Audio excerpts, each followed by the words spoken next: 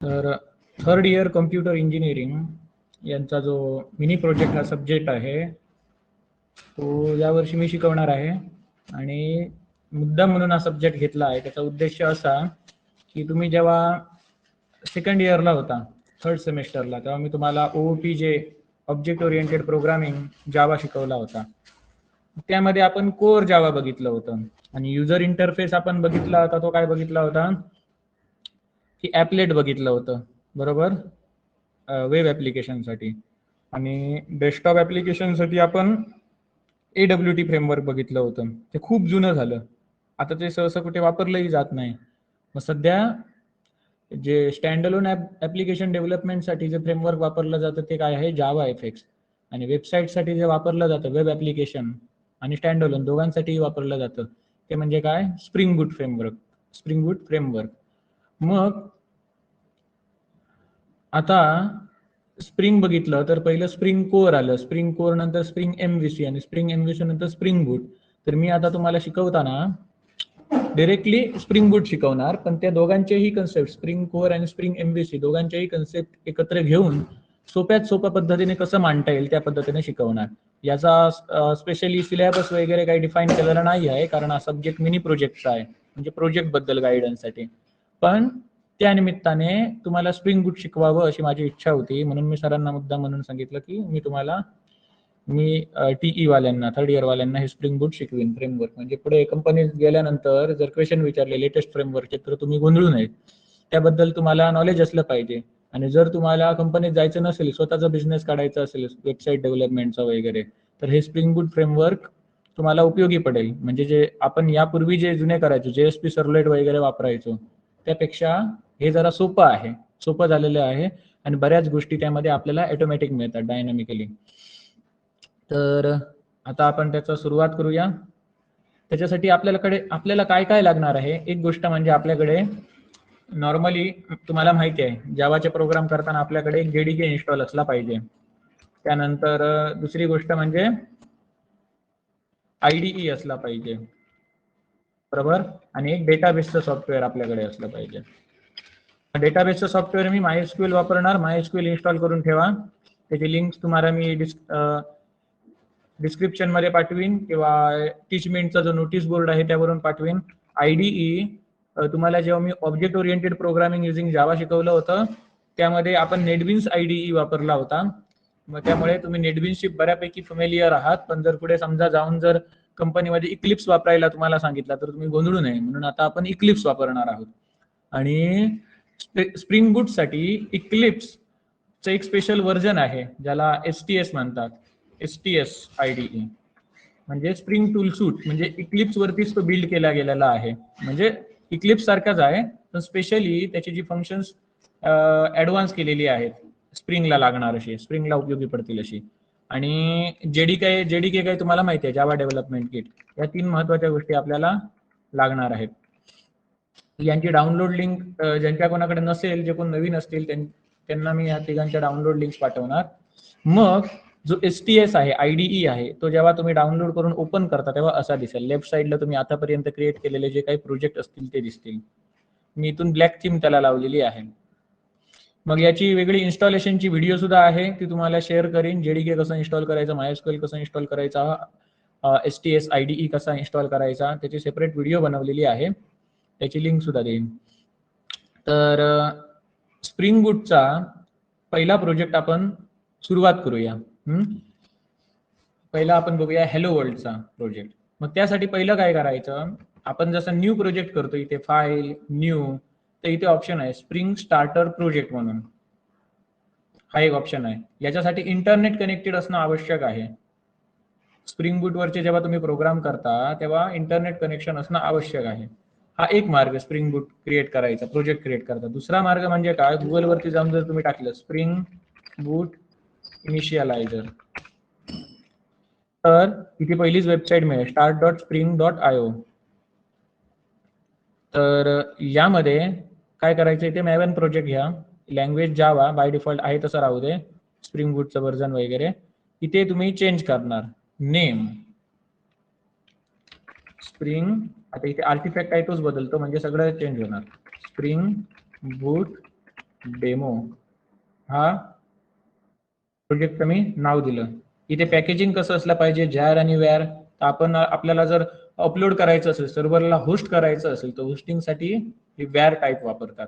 मी where करतो. आणि जेडीकेचं version कुठलं वापरायचं आहे, 17, 11 की 8, हे कसं तुम्ही बघणार? तुमच्याकडे सध्या जेडीकेचं व्हर्जन तुमचा IDE कोणतं सपोर्ट करतो त्यानुसार तुम्हाला ते सिलेक्ट करावं लागेल. रन टाइम मध्ये जर बघितला तुम्ही तर तुम्हाला इथे सर्व्हर वगैरे दिसणार. आणि दुसरा एक ऑप्शन आहे तुमचं जावाचं व्हर्जन चेक करायचा, एक तो कमांड लाईनने. आणि जेव्हा तुम्ही इथे इन्स्टॉल करता प्रोग्राम फाइल्स जावा, इथे जेडीके बघा 1.8 आहे, बरोबर. तसं तुम्ही इथून व्हर्जन सिलेक्ट करू शकता. 1.8 असेल तर 8 घ्यायचं. लेटेस्ट जावा तुमच्याकडे इन्स्टॉल असेल तर 17 घ्यायचं, नाहीतर 11.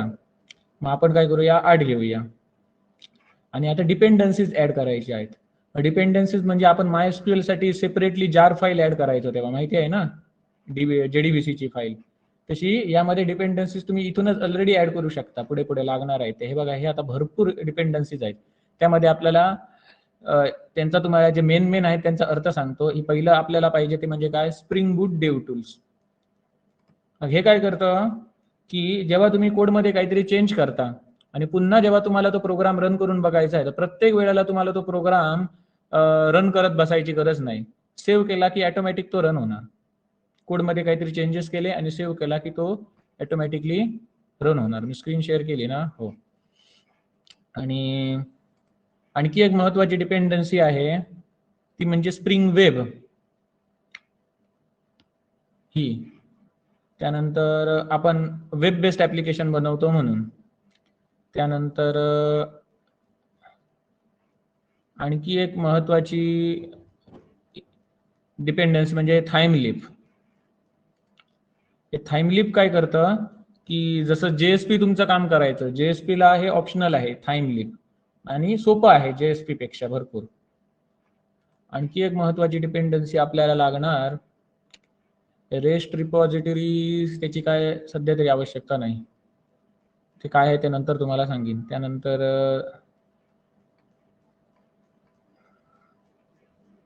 स्प्रिंग सिक्युरिटी आता नको, तुम्हाला नंतर दाखवतो. हे स्प्रिंग बूट बऱ्यापैकी जमायला लागल्यानंतर. स्प्रिंग सिक्युरिटी मध्ये असं आहे की तुम्हाला ते रेडीमेड कोड देतं, ज्यामध्ये युजर नेम पासवर्ड टाकण्यासाठी लॉग इन पेज असतं बाय डिफॉल्ट. आणि तुम्ही फक्त त्याला व्हॅलिड युजर नेम पासवर्ड फक्त कोडिंगने स्पेसिफाय करायचं, मग ते ऑटोमॅटिक बाकीचा कोड बनवून देणार स्वतःहून. सेशन टाइम आउट झाल्यानंतर ते ऑटोमॅटिक लॉग आउट होणार, पुन्हा लॉग इन करायला सांगणार, ऑटोमॅटिक तुम्हाला ते लॉग इनचं पेज आणि बनवून देणार. त्याचप्रमाणे पुढे जाऊन जेव्हा तुम्ही रेस्ट API शिकणार आहात, तर कोणत्या API ला डिरेक्ट ऍक्सेस असला पाहिजे, म्हणजे इथे URL मध्ये टाकल्यानंतर डायरेक्ट ऍक्सेस असला पाहिजे. आणि कोणते URL आहेत ते जर इथे डायरेक्ट टाकले तर पहिले लॉग इन करायला त्याने सांगितलं पाहिजे सिक्युरिटीसाठी. ते सगळं आपल्याला हे स्प्रिंग सिक्युरिटी करून देतं, म्हणजे रेडीमेड कोड इथे उपलब्ध होतो. ते आपण नंतर बघूया. आता सुरुवातच आपण करत आहोत ना, मग हेलो वर्ल्डच्या प्रोग्रामसाठी एवढं खूप आहे, जेवढ्या डिपेंडन्सीज घेतल्या आहेत ते. त्याचप्रमाणे इथे तुम्ही बघू शकता स्प्रिंग डेटा JPA. जेव्हा आपण हायबरनेट डेटाबेसशी इंटरॅक्ट करणार आहोत तेव्हा ही JPA ही एक प्रॉपर्टी महत्वाची आहे. कंट्रोल दाबून जर क्लिक केला किंवा शिफ्ट दाबून जर क्लिक केला तर तुम्ही इथे मल्टिपल करू शकता. प्रत्येक वेळेला हा पॉपअप आहे तो क्लोज होणार नाही. JPA झाला. त्याच्यानंतर आपल्याला आता लागणार तो म्हणजे MySQL ड्रायव्हर, जी JDBC फाईल आपण ऍड करायचं की.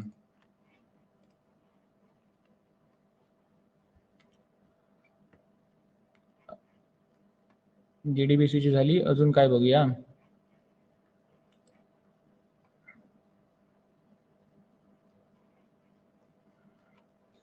वेब सॉकेट हा पार्ट आहे तो रिअल टाइम जसं मेसेज तुम्हाला व्हॉट्सअप वरती मेसेज येतो किंवा फेसबुक वरती मेसेज येतात, तेव्हा तुम्ही नवीन मेसेज आला की नाही ते चेक करण्यासाठी पेज तुम्ही रिफ्रेश करता का, नाही, ऑटोमॅटिकली तेवढा पार्ट आहे तो रिफ्रेश होतो. त्याच्यासाठी वेब सॉकेट वापरला जातं. हे काय आहे ते तुम्हाला पुढे दाखवणार. ऍडव्हान्स कन्सेप्ट आहे तो पुढचा. Hello sir. हा सर. हा हा बोल. सर, सर लेक्चर रेकॉर्डेड ठेवणार आहात का तुम्ही? होय होय. हा, ओके ओके, त्यासाठी. हा रेकॉर्डिंग चालू केलेलं आहे. Okay sir. आणि बाकी तसं काय, बाकी काय इतकं घ्यायची गरज नाही. हे जे तुम्हाला आता दाखवलेले आहेत हे महत्त्वाचे पार्ट आहेत. मग त्यामध्ये काय काय ऍड केलं, एक म्हणजे स्प्रिंग बूट डेव टूल्स. हे डेव टूल्स म्हणजे डेव्हलपर टूल्स. हे काय करतं की तुम्ही जेव्हा तुमच्या कोडमध्ये चेंजेस करता आणि सेव्ह कंट्रोल एस दाबता, कंट्रोल बटन दाबून धरून एस करता किंवा सेव्ह बटन दाबता, तर त्यावेळेला काय होतं की ऑटोमॅटिकली प्रोग्राम रन होतो. म्हणजे प्रत्येक वेळेला तुम्हाला रन बटनावरती क्लिक करायची गरज नाही. लाईव्ह रिलोड याला म्हणतात. त्यानंतर spring web build web including RESTful applications using Spring MVC uses Apache Tomcat as a default embedded container. मग Apache Tomcat तुम्हाला सेपरेटली इन्स्टॉल करायचा नाही. स्प्रिंग वेब ही डिपेंडन्सी ऍड केली की तो त्यामध्ये आला डिफॉल्ट एम्बेडेड कंटेनर. त्यानंतर थाईमलीफ हे काय आहे, टेम्पलेट इंजिन आहे JSP प्रमाणे, आणि JSP पेक्षा हे भरपूर सोपं आहे. त्यानंतर JPA काय आहे, हायबरनेट सारखं आहे. जावा पर्सिस्टन्स ऍप्लिकेशन बघतो हा फुल फॉर्म तुम्हाला सांगितलं तो बरोबर आहे का. JPA फुल फॉर्म जावा पर्सिस्टन्स API म्हणजे काय, ऍप्लिकेशन प्रोग्रामिंग इंटरफेस. मग जावा पर्सिस्टन्स साठी आता हे पर्सिस्टन्स आणि काय आहे ते तुम्हाला मी त्या वेळेला सांगणार. आणि हा काय आहे, ओरॅकल ड्रायव्हर. ते MySQL ड्रायव्हर घेतला पाहिजे होता, चुकून मी ओरॅकल ड्रायव्हर घेतला. कॅन्सल करतो आणि इथून आता MySQL ड्रायव्हर ऍड करतो. MySQL driver, okay.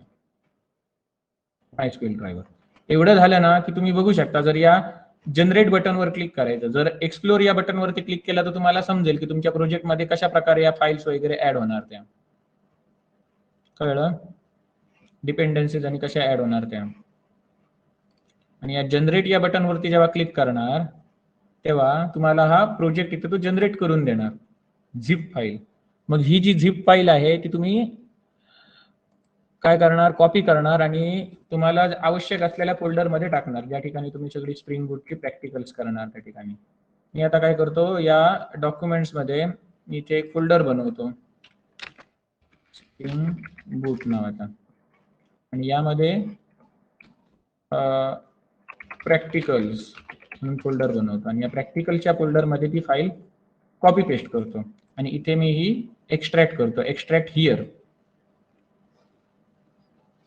आता इथे ही एक्स्ट्रॅक्ट हिअर म्हटल्यानंतर हा फोल्डर बनलेला आहे. आता हा जो प्रोजेक्ट बनलेला आहे तो आता आपल्याला इथून ओपन करायचा आहे STS ब्राउझर मधून, STS IDE मधून. IDE म्हणजे काय, इंटिग्रेटेड डेव्हलपमेंट किट. मग इथे फाईल वरती क्लिक केल्यानंतर open project from file system यावरती क्लिक करायचं आणि इथे डिरेक्टरी या बटनावरती क्लिक करून आपण आता जो ज्या ठिकाणी स्टोअर केला होता, सेव्ह केला होता तो प्रोजेक्ट इथून ओपन करायचा. हाच फोल्डर ना तो. त्या डिरेक्टरीमध्ये गेलो आणि सिलेक्ट फोल्डर बटनवर क्लिक केलं आणि इथे मग मी फिनिश बटनवर क्लिक करणार. मग मी जेव्हा या फिनिश बटनवर क्लिक करणार तेव्हा इथे तुम्ही खाली पाहू शकता की बिल्डिंग 33% आलेलं आहे. 33% म्हणजे आता प्रोजेक्ट हा बिल्ड होतोय, म्हणजे नेटवरून त्यासाठी रिक्वायर्ड असणाऱ्या तो डिपेंडन्सीज ऍड करतोय. स्प्रिंग बूट डेमो हा आपला प्रोजेक्ट आहे. हे बाकीचे स्टुडंट मॅनेजमेंट सिस्टीम हा वेगळा प्रोजेक्ट आहे. हा जो आहे एक्सपांड केलाय तो आताचा प्रोजेक्ट. यामध्ये सध्या नेटवर फाईल येत आहेत. मग इथे तुम्ही बघू शकता क्रॉस वगैरे दिसत होतं, कारण तो बिल्ड झाला नव्हता. आता हा बिल्ड झाला पूर्णपणे, हे बघा 100% झाला.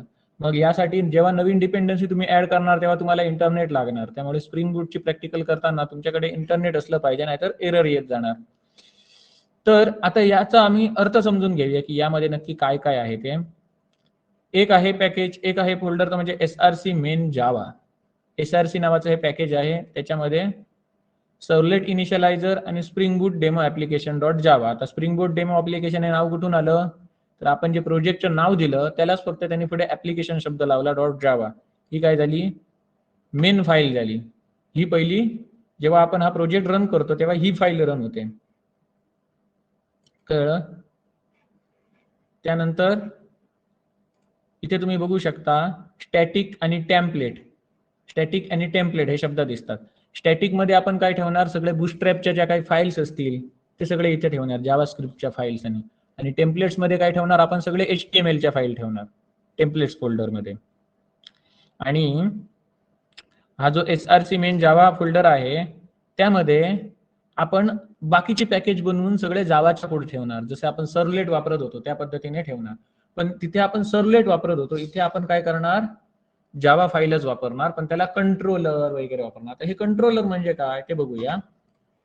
तर इथे तुम्ही बघू शकता की हे जे लेफ्ट साइडला दाखवलेलं आहे व्ह्यू मधला आहे तो कंट्रोलर, त्याच्या उजव्या बाजूला डाव, डाव म्हणजे काय, डेटा ऍक्सेस ऑब्जेक्ट, आणि उजव्या बाजूला आहे तो डीबी, डेटाबेस. मग तुमच्याकडे समजा फॉर्म आहे HTML च्या पेजमध्ये, फॉर्म वरती तुम्ही काहीतरी नाव टाईप केलं, तुमचे डिटेल्स फिलअप केले आणि सबमिट केला. तर सबमिट केल्यानंतर ती जी काही रिक्वेस्ट आहे त्या व्ह्यू मधून, व्ह्यू म्हणजे तुमचा HTML पेज, त्या व्ह्यू मधून ती कुठे जाणार, त्या कंट्रोलरकडे जाणार. मग कंट्रोलर आहे तो काय करणार, ती जी तुमची रिक्वेस्ट आहे ती घेणार, त्यामध्ये टेक्स्ट बॉक्स मध्ये तुम्ही ज्या ज्या काही व्हॅल्यूज वगैरे घेतलेल्या आहेत त्या सगळ्या व्हॅल्यू बघणार तो. त्याच्यामध्ये जर काही एरर वगैरे असेल तर तो पुन्हा पाठी सांगणार की बाबा कॉन्टॅक्ट नंबर तुम्ही 10 डिजिटचा टाकला नाही, ते सगळं व्हॅलिडेशन आपण इथे करू शकतो, किंवा इंटरसेप्टर वापरून आपण मध्ये सुद्धा करू शकतो दोघांच्या मध्ये रिक्वेस्ट येत जात असताना. आणि जर सगळं काही व्हॅलिड असेल तर डेटाबेस मध्ये तो डायरेक्ट एंटर करणार नाही, तर हा डाव लेअर वापरेल तो. डाव लेअर थ्रू नंतर तो डेटाबेस मध्ये एंटर करणार. मग डेटाबेस मध्ये एंटर केल्यावर आता इथून रिक्वेस्ट बसणार HTML पेज मधून की आता नवीन झालेलं रेकॉर्ड एंटर झालेलं आहे ते मला आता दाखव, किंवा काय टेबल आहे संपूर्ण टेबल, त्यामध्ये नवीन रेकॉर्ड मी आता ऍड केलं तर ते मला संपूर्ण टेबलचा व्ह्यू दाखव. मग रिक्वेस्ट अशी पाठवली जाणार, कंट्रोलरकडे जाणार, कंट्रोलरकडून डाव लेअरकडे जाणार, डाव लेअरकडून डेटाबेसकडे जाणार, डेटाबेस आहे तो डाव लेअरला काय आउटपुट पाठवणार, डाव लेअर मधून आउटपुट कंट्रोलर मध्ये येणार, आणि कंट्रोलर आहे तो HTML पेज मध्ये तो डेटा पाठवणार आणि HTML पेज मध्ये तो रेंडर होऊन दिसणार. हा काय झाला, नॉर्मल फ्लो झाला. मग आता हे डाव लेअर म्हणजे नक्की काय, तर इथे जास्त करून जे मगाशी तुम्हाला JPA सांगितलं, जावा पर्सिस्टन्स लेअर, ते येतं.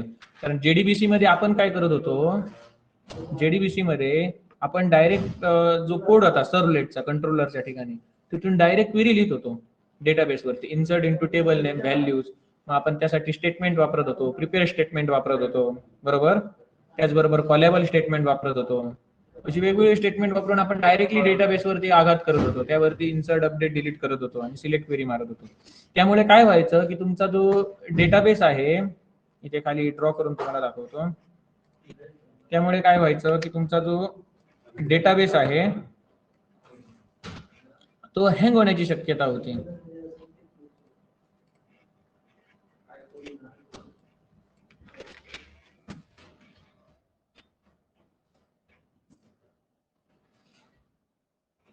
आणि इकडे समजा आहे तुमचं हे ऍप्लिकेशन,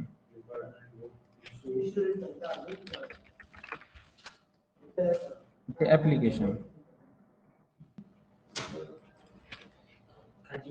मग आता एका ऍप्लिकेशनने याला रिक्वेस्ट पाठवली, एका ऍप्लिकेशनने याला रिक्वेस्ट पाठवली, त्याच्याकडनं रिस्पॉन्स घेतला. मग असंच जर दुसरं ऍप्लिकेशन असेल तर त्याने त्याला रिक्वेस्ट पाठवली, त्याच्याकडनं त्याला रिस्पॉन्स मिळाला, तिसऱ्या ऍप्लिकेशनने त्याला रिक्वेस्ट पाठवली, त्याला रिस्पॉन्स देणे. यामुळे तुमचा डेटाबेस बिझी राहायचा.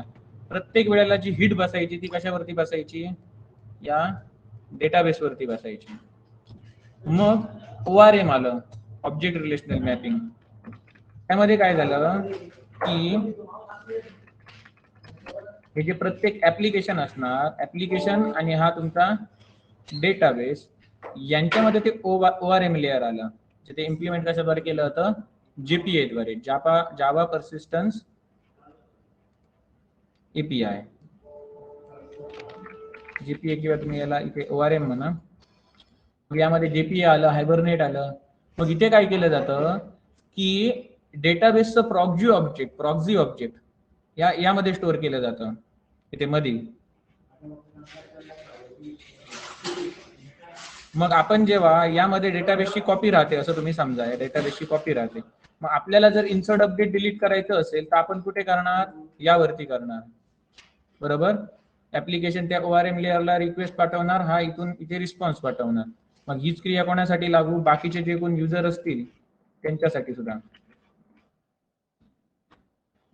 आणि म्हणजे इथल्या इथे चालणार, म्हणजे हा मेन डेटाबेस आहे त्याची कॉपी या ORM लेअर मध्ये राहणार इथे. आणि ऍप्लिकेशन रिक्वेस्ट पाठवणार, ORM त्याला रिस्पॉन्स पाठवणार, JPI आहे ते त्याला रिस्पॉन्स पाठवणार. मग काय होणार, जर काही मेन डेटाबेस मध्ये चेंजेस झाले ते हे याला रिक्वेस्ट पाठवतं, हा याला रिस्पॉन्स पाठवतं. असं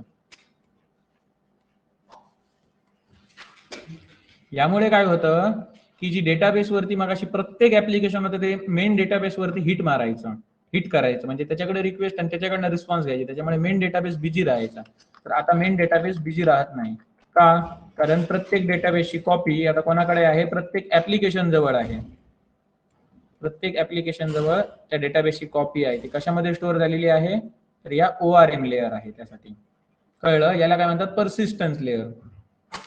मग यामध्ये ती डेटाबेसची कॉपी आहे. मग select star from table where something is equal to something query मारायची आहे तर या ORM लेअर वरती मारणार, मेन डेटाबेस वरती नाही.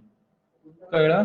आणि तसंच जर काय असेल महत्वाचे चेंजेस मेन डेटाबेस कडून घ्यायचे तरच इथून या मेन डेटाबेसला रिक्वेस्ट पाठवली जाणार आणि मेन डेटाबेस कडून रिस्पॉन्स मिळणार. त्यामुळे हा जो मेन डेटाबेस आहे तो हँग होत नाही. मग हे काय झालं, ORM लेअर मधलं आहे ते. मग त्याचं महत्वाचं काम आहे जे ते यामध्ये केलं जातं इथे. मग हे याच्यासाठी आता आपण काय करूया, पॅकेज बनवूया. आता हा जो आहे एवढा पार्ट आहे ना, आपण एवढा पार्ट तो टेम्पलेट मध्ये ठेवणार आहोत. म्हणजे सगळे जे HTML ची पेजेस आहेत ते कुठे, टेम्पलेट फोल्डर मध्ये ठेवणार आहोत.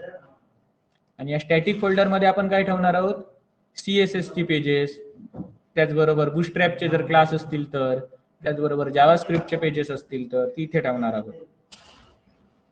आणि हा कंट्रोलर आहे, याच्यासाठी आपण एक पॅकेज बनवणार आहोत. DAO लेअर साठी एक पॅकेज बनवणार आहोत. आणि हा डेटाबेस आहे, हा आपल्याला बनवायची गरज नाही, हे सगळं ऑटोमॅटिक मॅनेज केलं जाणार. हे काम कोण करणार, तर हे ORM आपल्यासाठी ते काम करून देणार. इन्सर्ट, अपडेट, डिलीट, काही क्वेरी लिहित बसायची गरज नाही, सगळं ऑटोमॅटिक होणार. आपण फक्त डेटाबेसचं नाव स्पेसिफाय केलं पाहिजे आणि ते डेटाबेस बनवून ठेवला पाहिजे, इतकंच आपल्याला करायचं आहे. बाकी सगळं ऑटोमॅटिक होणार. बघायचं आहे, दाखवतो. तर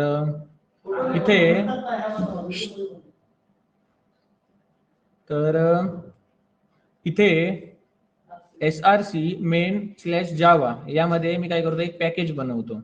इथे यामध्ये स्प्रिंग बूट डेमो नावाचे हे पॅकेज आहे, त्यामध्येच बनवतो. न्यू आणि इथे पॅकेज. मग इथे सुद्धा तुम्ही बनवू शकता. SRC मेन जावा आहे, त्यामध्ये एकाला नाव देतो कंट्रोलर. हे बनवण्याआधी मी तुम्हाला दाखवतो इतर प्रोजेक्ट मध्ये बनवल्यानंतर कशी दिसतात ते. हे बघा, हे जे SRC मेन जावा हा स्टुडंट मॅनेजमेंट सिस्टीमचा प्रोजेक्ट आहे. तर यामध्ये एक कॉमन आहे. कॉमन मध्ये जे मला फाईल अपलोड करण्यासाठी जे काही क्लास लागणार आहेत, कोड लागणार आहेत, ते मी इथे घेऊन ठेवले ते क्लास. कंट्रोलर मध्ये कंट्रोलर वाले घेऊन ठेवले सगळे क्लास. त्यानंतर डाओ मध्ये सगळे डाओ वाले घेऊन ठेवले, डेटा ऍक्सेस ऑब्जेक्ट.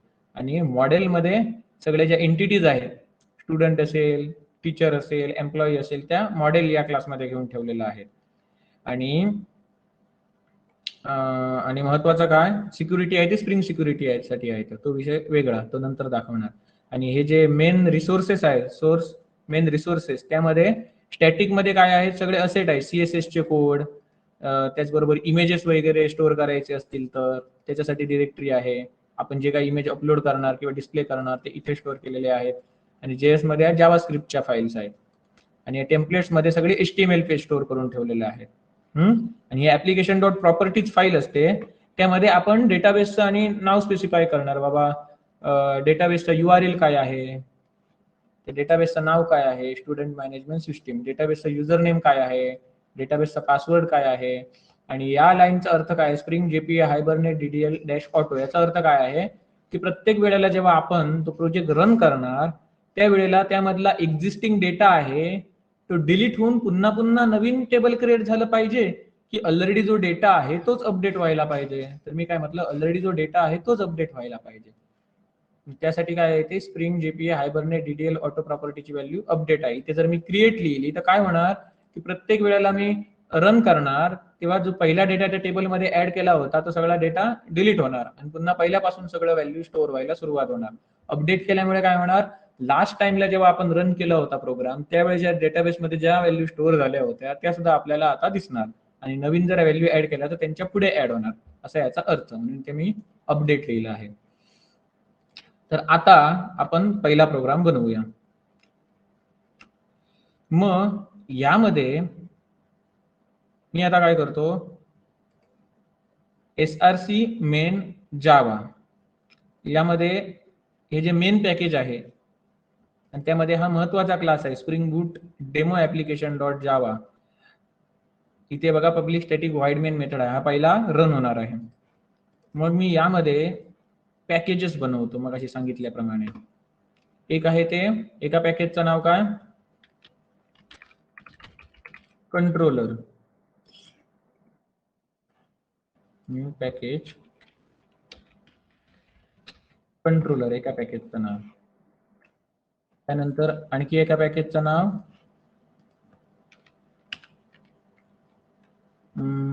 डाव,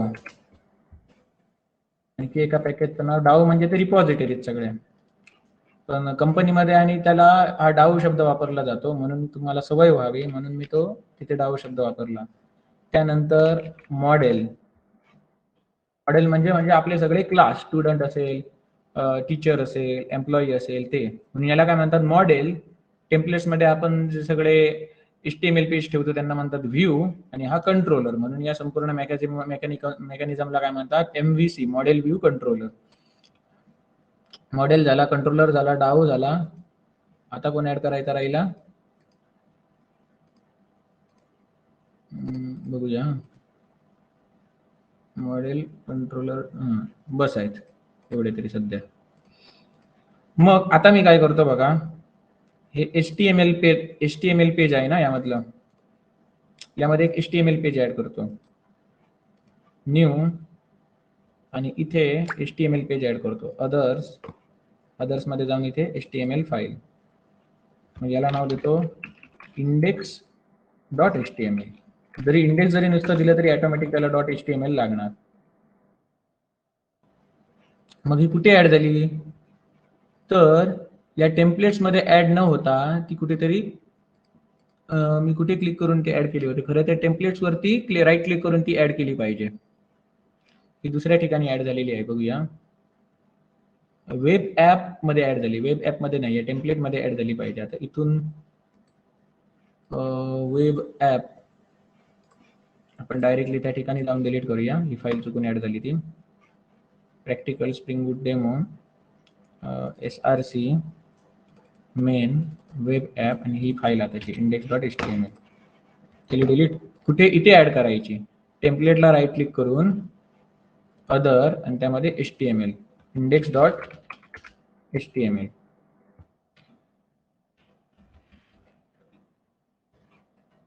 म्हणतो index.html ऑलरेडी एक्झिस्ट. याला रिफ्रेश करायचं असेल तर याला राईट क्लिक करून रिफ्रेश बटनवर क्लिक करायचं.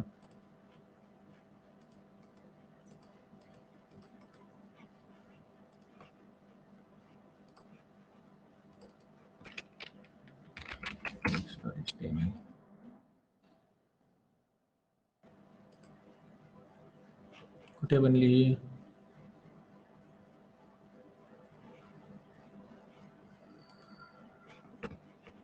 बघूया. जर रन करायचं असेल हा प्रोजेक्ट, इथे समजा आपण टाईप केलं h1 hello world, सेव्ह केला. रन करायचं असेल त्या प्रोजेक्टला राईट क्लिक करायचं, रन ॲज, आणि इथे स्प्रिंग बूट ॲप.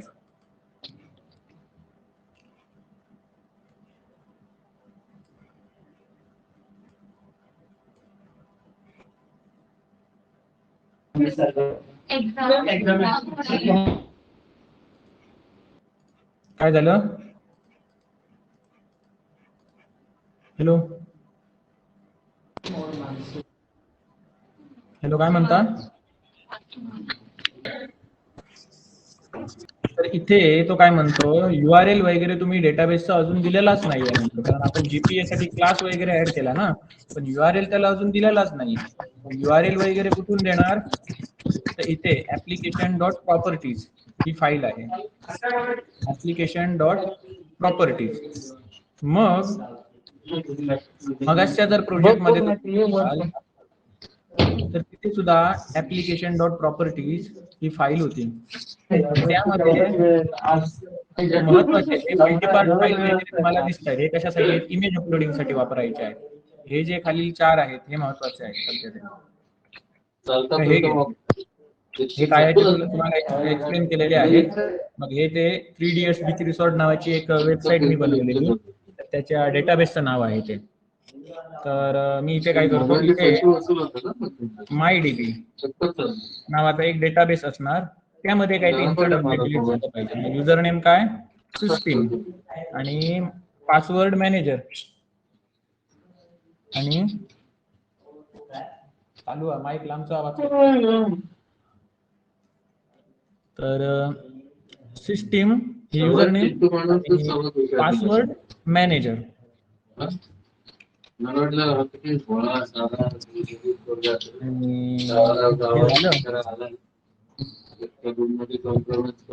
आणि आता हा मायडीबी हा डेटाबेस आपल्याकडे बनलेला असला पाहिजे ना. मी काय MySQL आहे ते ओपन करतो. MySQL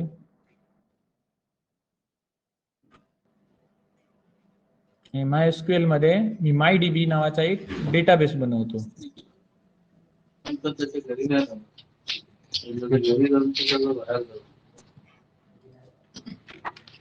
पासवर्ड एंटर केला, तो मॅनेजर होता, आणि क्रिएट डेटाबेस मायडीबी एक डेटाबेस क्रिएट केला. तुमच्याकडे जर क्वेरी ब्राउझर असेल किंवा MySQL वर्कबेंच असेल तर त्यावरूनही तुम्ही एक डेटाबेस क्रिएट करू शकता. त्याचं नाव तुम्हाला इथे दिलं पाहिजे. आणि तुम्ही जर हा प्रोग्राम आता पुन्हा तुम्हाला रन करायचं असेल तर इथे बघा रिस्टार्टचं बटन आहे, रिलॉन्चचं. तर रिलॉन्च बटन वरती क्लिक केलं की पुन्हा हा लॉन्च होणार. मग इथे सध्या हा लॉन्च होत आहे. मग खाली तुम्हाला एक तो URL देणार, त्या URL वरती तो ऍक्सेस होणार. इथे एरर काय आलाय तर बघूया.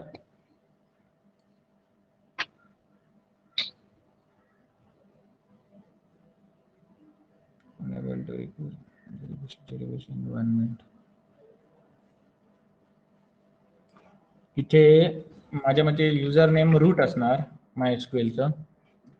सिस्टीम हे युजर नेम ओरॅकल डेटाबेसचं होतं.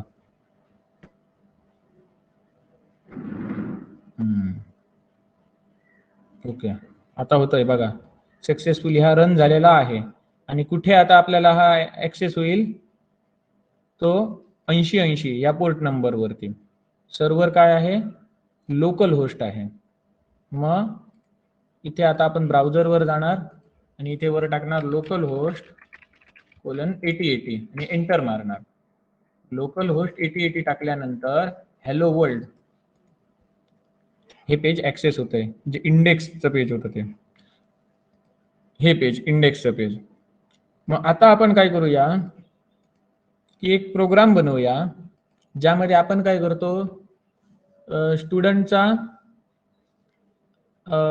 ID, नेम आणि स्टँडर्ड, किंवा एम्प्लॉई घेऊया, एम्प्लॉईचा ID, नेम, सॅलरी हे टेक्स्ट बॉक्स मधून घेतो आणि डेटाबेस मध्ये सेव्ह करतो. असं आपण एक प्रोग्राम करूया. ते किती सोपं आहे ते बघा. पहिलं तुम्ही काय करणार, डेटाबेस मध्ये तशी फील्ड बनवणार. मग कुठून बनवणार? तर तुमचा हा जो प्रोजेक्ट आहे स्प्रिंग बूट डेमो म्हणून, त्यामध्ये मॉडेलमध्ये पहिलं तुम्ही ती एंटिटी बनवणार. इथे मी क्लास यामध्ये ऍड करतो. क्लास काय? तर एम्प्लॉई. एम्प्लॉई घ्या किंवा EMP घ्या, तुम्हाला पाहिजे तो घ्या. आता मी इथे एम्प्लॉई घेतो. आता हा जो काही एम्प्लॉई क्लास बनला आहे त्यामध्ये काय, आता मी ऍट्रिब्यूट्स घेणार, त्याचबरोबर गेटर सेटर मेथड सुद्धा येणार. मग याच्यामध्ये मी ऍट्रिब्यूट्स घेतो. काय? इंट ID, इंट घ्या, लॉंग घ्या, जशी तुमची गरज आहे, प्रोजेक्टची रिक्वायरमेंट आहे त्या पद्धतीने. त्यानंतर स्ट्रिंग नेम, त्यानंतर आणि काय घेतो, स्ट्रिंग डेजिग्नेशन, फ्लोट सॅलरी. हे काय घेतले मी? ऍट्रिब्यूट्स घेतले. आता मी याला गेटर अँड सेटर मेथड बनवतो. तर कसं करणार? तर तुम्ही नेटबीन्स मध्ये इथे राईट क्लिक करत होता, जनरेट गेटर सेटर ऑप्शन मिळत होता, तर इथे वरती मिळतो STS मध्ये. सोर्स मध्ये तुम्ही गेल्यानंतर इथे तुम्हाला कन्स्ट्रक्टरचा ऑप्शन मिळतो, गेटर सेटरचा ऑप्शन मिळतो. मग गेटर सेटर घेतो आणि या सगळे चेकबॉक्सना मी चेक करतो आणि जनरेट बटनवर क्लिक करतो, तर ऑटोमॅटिक या गेटर सेटर मेथड सर्व इथे येणार. आपल्याला मॅन्युअली त्या टाईप करत बसायची गरज नाही. ही एक गोष्ट. त्यानंतर आपल्याला ते कन्स्ट्रक्टर क्रिएट करायचं आहे. कन्स्ट्रक्टर म्हणजे काय ते आता तुम्हाला सांगत बसायची गरज नाही. ओओपी जावा शिकवताना तुम्हाला सांगितलं होतं कन्स्ट्रक्टर म्हणजे काय ते. तर इथे सोर्स मध्ये जाऊन जनरेट कन्स्ट्रक्टर या बटनवर क्लिक करणार. हा मेनू आयटमवर क्लिक करणार. जनरेट कन्स्ट्रक्टर हा काय झाला पॅरामीटराइज्ड कन्स्ट्रक्टर. असाच मी नॉन पॅरामीटराइज्ड कन्स्ट्रक्टर बनवणार. नॉन पॅरामीटराइज्ड म्हणजे कसा, ज्यामध्ये हे पॅरामीटर नसणार आणि आतमधली काय बॉडी सुद्धा नसणार. सुपर इथे लिहिला काय नाही लिहिला काय त्याचा काय मोठा फरक पडत नाही. तर हा काय एक मी मॉडेल क्लास बनवलेला आहे एम्प्लॉई. आता मला याला सांगायचं आहे की हा एम्प्लॉई आहे ना, मग एम्प्लॉई नावाचं एक डेटाबेस मध्ये टेबल बनव. आता महत्वाचा पॉईंट येतं. हा बघा, हायबरनेट जेपीए असेल, हायबरनेट असेल, ओआरएम असेल, त्याचं फंक्शनिंग बघा कसं असतं ते इथून तुम्हाला समजणार. आता नीट लक्ष द्या. रेकॉर्डिंग वगैरे चालू आहे ना, चेक करतो एकदा आहे. तर इथे एम्प्लॉई, मग इथे मी काय करतो, याला @एंटिटी लिहितो. @एंटिटी हे काय झालं, @एंटिटी म्हणजे एम्प्लॉई नावाच्या क्लासचं डेटाबेसमध्ये टेबल बनव अशी आपण त्याला आज्ञा देतो. मग हे म्हणतो का एंटिटी नावाचा कीवर्ड त्याला मिळाला नाही, मग इथे क्लिक करायचं आणि इम्पोर्ट करायचं. इम्पोर्ट एंटिटी java_x.persistence हे पॅकेज मधून इम्पोर्ट केलं. त्यानंतर इथे आयडी सुद्धा सेम तसा java_x.persistence.id इम्पोर्ट केला. आता हा आयडी म्हणजे काय, तर इंट आयडी म्हणजे ही प्रायमरी की आहे. प्रायमरी की या कॉलमला प्रायमरी की दे असं सांगायचं असेल तर तो आयडी म्हणजेच काय, एम्प्लॉई नावाचं टेबल बनवणार, आयडी, नेम, डेजिग्नेशन, सॅलरी या नावाचे तो कॉलम्स बनवणार. आणि यापैकी प्रायमरी की कोणाला बनवायची, तर ज्याला @id हे अनोटेशन लावलेलं आहे त्याला प्रायमरी की तो बनवणार. आता ही जर प्रायमरी की ऑटोमॅटिकली जनरेट व्हायला पाहिजे असं असेल, ही जर की ऑटोमॅटिकली जनरेट व्हायला पाहिजे असं असेल, तर तिथे आपण काय करणार, इथे जनरेटेड व्हॅल्यू लिहिणार.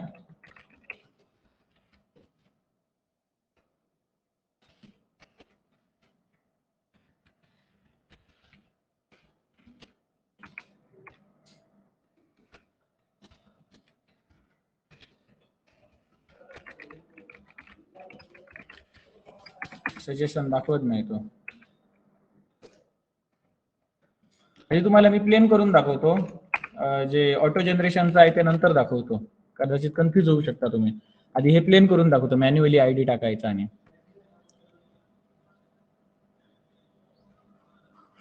आवाज कुठून रे येतोय कोणता तरी, मला वाटलं कोणता माईक चालू आहे की काय. कमी झाले स्टुडंट अचानक.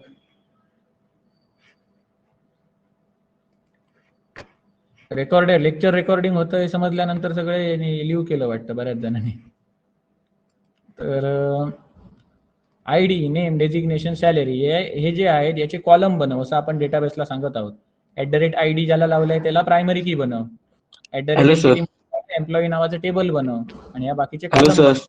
आयडी लावलाय याचा आयडी बनव. यांना @कॉलम हे अनोटेशन दिलं जातं, पण बाय डिफॉल्ट तो समजून घेतो हे जर टेबल आहे ते उरलेले सगळे काय आहेत, कॉलम आहेत. त्यामुळे ते आपल्याला मॅन्युअली लिहायची गरज नाही. Hello sir. हा बोल.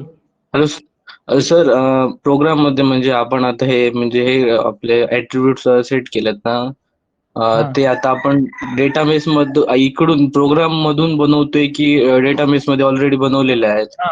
डेटाबेस मध्ये काही बनवलेलं नाही. तुझ्या पुढ्यात आता मी डेटाबेस फक्त क्रिएट केला, बरोबर, तो ऑटोमॅटिक बनवणार आहे. तीच तर खरी स्प्रिंग बूटची मॅजिक आहे, कळलं ना. डेटाबेस मध्ये तुला काही टेबल क्रिएटच करायची गरज नाही. इन्सर्ट, अपडेट, डिलीट क्वेरी तू विसरून जरी गेलास तरी चालतो. म्हणजे आपण प्रोग्राम तुला कॉम्प्लेक्स पाहिजे असतील तर त्याच्यासाठी इन्सर्ट, अपडेट क्वेरीचं नॉलेज असलं पाहिजे. बोल काय म्हणतोस. म्हणजे प्रोग्राम मधूनच आपण हे करू शकतो. मग प्रोग्राम मधूनच बनणार. बरोबर, प्रोग्राम मधूनच बनणार. मी आता हे STS ब्राउझर मध्ये काही कोड लिहितो त्यानुसार तिकडे डेटाबेस बनणार ऑटोमॅटिक. @एंटिटी लिहिलंय ना, म्हणजे एम्प्लॉई नावाचं एक टेबल बनव असं त्याला सांगतोय. जेव्हा हा प्रोग्राम रन होणार तेव्हा एम्प्लॉई नावाचा तो एक एंटिटी म्हणजे टेबल बनवणार डेटाबेसमध्ये. आयडी, नेम, डेजिग्नेशन, सॅलरी या नावाचे तो कॉलम बनवणार. मग त्यांचे डेटा टाईप काय घेणार? आयडीचा इंटिजर घेणार, नेमचा व्यारकॅर घेणार, डेजिग्नेशनचा व्यारकॅर घेणार आणि सॅलरीचा फ्लोट घेणार. कळलं?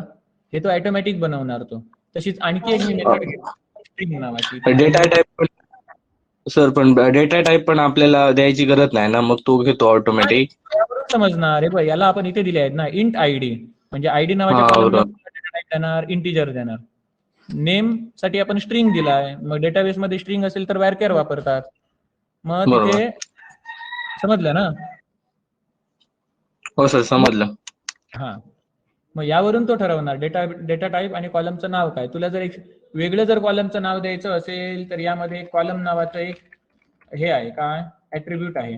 त्याला तू काय काय बघा नाव देऊ शकतोस. कॉलमचं नाव काय पाहिजे ते बघ. नलेबल म्हणजे काय, त्यामध्ये नल व्हॅल्यू राहिली पाहिजे का, म्हणजे नॉट नल वगैरे करायचं असेल तर nullable is equal to false म्हणजेच काय नॉट नल. आणि लेंथ त्याची किती 512 म्हणजे व्यारकॅर त्याच्यामध्ये आपण 512 ची साईज दिली असं होतं. कळलं? पण आपण सहसा एवढं काय आपण डिटेल देत बसत नाही. कळलं? आपल्याला महत्वाचं काय आहे, इथे एंटिटी देणं आणि इथे @id देणं. मग तुम्हाला प्रायमरी सर की म्हणजे लावायची तर यामध्ये असं असतं की इथे जनरेटेड व्हॅल्यू, इथे स्ट्रॅटेजी इज इक्वल टू इथे एक जनरेट टाईप डॉट ऑटो असा काहीतरी होता. ऑटो बघा अशा पद्धतीने. यामुळे काय बनते, प्रायमरी की आहे ती ऑटो जनरेटेड बनते. हे आपण नंतर करून बघूया. ठीक आहे, आधी आपण प्लेन करून बघूया मॅन्युअली टाकून. ओके. हे एवढं समजलं ना? हा आपण मॉडेल क्लास बनवला, तो काय केला, सरळ आयडी, नेम, हो designation, sir. Salary employee class बनवला. त्याला ही 4 फील्ड दिली. त्यापैकी एकाला एंटिटी लावलं, दुसऱ्याला आयडी लावला आणि बाकीचे काय कन्स्ट्रक्टर, गेटर, सेटर, मेथडचा आणि टू स्ट्रिंगचा कोड ऑटोमॅटिक जनरेट झाला. एवढंच आपण केलं. एवढं आपलं कामाचं आहे. बाकीचं सगळं ऑटोमॅटिक जनरेट झालेलं आहे. तर आता हा आपण काय बनवला, हा मॉडेल बनवला, एंटिटी क्लास बनवला, म्हणजे मॉडेलचं काम झालं. आता आपण डाओ बनवणार आहोत. डाओ लेअर मध्ये काय करणार आहोत, न्यू आणि इथे इंटरफेस घ्यायचा. कोणासाठी, तर एम्प्लॉई साठीचा इंटरफेस आहे ना तो. एम्प्लॉई डाओ द्या किंवा ईएमपी डाओ नाव द्या त्याला. इथे महत्वाचं आहे, इथे काय करायचं, x tends JPA repository. X tends JPA repository हा एक इंटरफेस आहे. एक इंटरफेस दुसऱ्या इंटरफेसला इनहेरिट करत असेल किंवा एक क्लास दुसऱ्या क्लासला इनहेरिट करत असेल तर एक्सटेंड्स कीवर्ड लागतो. आणि जर एक क्लास दुसऱ्या इंटरफेसला इनहेरिट करत असेल तर इम्प्लिमेंट्स कीवर्ड लागतो. कळलं? म्हणजे इनहेरिटन्सच्या डाव्या आणि उजव्या बाजूला सेम टाईपचे असतील, म्हणजे डाव्या बाजूला क्लास, उजव्या बाजूला क्लास, तर एक्सटेंड कीवर्ड लागणार. डाव्या बाजूला इंटरफेस, उजव्या बाजूला इंटरफेस, तर एक्सटेंड कीवर्ड लागणार. आणि जर डाव्या बाजूला क्लास आणि उजव्या बाजूला इंटरफेस असे वेगवेगळे असतील वेगळ्या टाईपचे तर इम्प्लिमेंट्स कीवर्ड लागणार. हे लॉजिक लक्षात ठेवा. मग आता एक्सटेंड जेपीए रिपॉझिटरीत केलं आणि जेपीए रिपॉझिटरी इथे काय, पहिला आपण काय स्पेसिफाय करणार, त्या क्लासचं नाव ज्याच्यासाठी आपण ही रिपॉझिटरी बनवतोय, काय एम्प्लॉई, आणि पुढे त्याला डॉट क्लास लिहायचं. आणि त्याच्यामध्ये आपण प्रायमरी की दिलेली आहे, त्या प्रायमरी कीचा डेटा टाईप काय आहे, इंट आहे. मग आपण इथे लिहिताना काय, त्याचा इंटिजर असं हे काय झालं, याला काहीतरी शब्द आहे म्हणजे जे छोटा आपण जे लिहितो इंट म्हणून, त्याला मग हे इंटिजर म्हणून व्रॅपिंग क्लास की काहीतरी एक शब्द आहे. मला आता तो पटकन आठवत नाही, तर तुम्हाला नंतर सांगतो. म्हणजे तिथे जर फ्लोट असेल स्मॉल मध्ये लिहिलेलं तर इथे तुम्हाला पहिलं अक्षर कॅपिटल लिहून पूर्ण फ्लोट शब्द लिहावा लागेल. तिथे लॉंग असेल स्मॉल मध्ये लिहिलेलं तर इथे तुम्हाला लॉंग हा त्याचा लॉंग मधला एल कॅपिटल लिहावा लागेल. म्हणजे त्याला एक शब्द आहे रॅपिंग क्लास म्हणून, तो आता मला आठवत नाहीये, मग तुम्हाला तो सांगेन. असेल, बघतो जरा तरी पण गुगल ड्राईव्ह वरती ते टाकलं होतं, असणार एक इंटरव्ह्यू मध्ये तो विचारला जातो.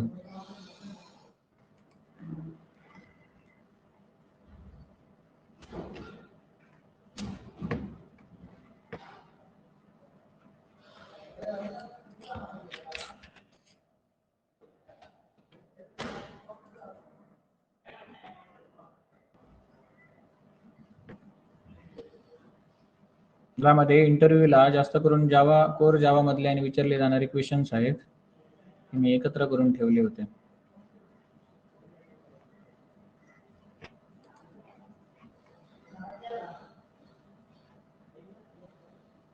व्रॅपर क्लास, बरोबर, व्रॅपर क्लास म्हणतात त्याला. मग इंट आय मध्ये आपण जर 10 डिफाईन करून ठेवले आणि त्याला आपण काय केलं, कॅपिटल इंटिजर आहे बघा इथे, reference equal to new capital मध्ये इंटिजर, आणि त्या ब्रॅकेटमध्ये आपण हे ऑब्जेक्ट ठेवलं स्मॉल इंटचं, म्हणजे त्याला काय केलं, व्रॅप करून ठेवलं, बॉक्समध्ये बंद करून ठेवलं. आणि त्याला अनव्रॅप करायचं असेल तर काय, तो रेफरन्स म्हणजे ऑब्जेक्ट डॉट इंट व्हॅल्यू, मग ते पुन्हा बाहेर पडणार आणि जे मध्ये ते व्हॅल्यू आहे ती स्टोअर होणार. किंवा दुसरा ऑप्शन काय, यामध्ये ऑटो रॅपिंग होतो. ऑटो रॅपिंग म्हणजे काय, इंटिजर इथे capital integer iref is equal to I म्हणजे हा किती 10 डायरेक्ट झाले, आणि ऍक्सेस करायचं असेल तर जे इज इक्वल टू आयरेफ म्हणजे डॉट इंट व्हॅल्यू आणि ऑटोमॅटिक लावतो. त्याला काय म्हणतात, व्रॅपर क्लास म्हणतात. Wraps primitive data type into object of that class. आता प्रिमिटिव्ह डेटा टाइप म्हणजे कुठले, जे बाय डिफॉल्ट अवेलेबल आहेत ते, म्हणजे प्राथमिक डेटा टाइप आहेत ते, small int, byte, short, long, float, double, boolean आणि कॅर, हे काय आहेत प्रिमिटिव्ह डेटा टाइप. मग कॅरचा ॲरे कॅरेक्टर एकत्र येऊन काय बनली, स्ट्रिंग बनली. कळलं ना. मग स्ट्रिंग ही नॉन प्रिमिटिव्ह डेटा टाइप आहे, लक्षात ठेवा. इथे तुम्हाला स्ट्रिंग दिसणार नाही. हे जे 8 आहेत ते महत्वाचे काय, प्रिमिटिव्ह डेटा टाइप आहेत. मग यांना व्रॅप करण्यासाठी वापरले जातात ते व्रॅपर क्लास. त्यामध्ये काय असणार, इथे इंट आहे ना, तर मग त्या इंटिजर असणार ते व्रॅपर क्लास, त्याचा पहिलं लेटर कॅपिटल असणार. मग तसं इथे तुम्हाला काय करावं लागेल, तिकडे जर इंट असेल तर इथे तुम्हाला असा इंटिजर शब्द लिहावा लागेल, पहिलं लेटर कॅपिटल.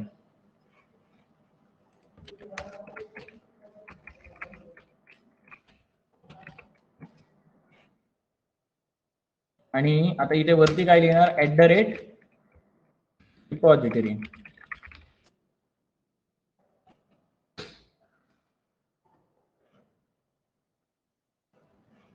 मग इथे हा एरर काय दाखवतोय तो बघूया.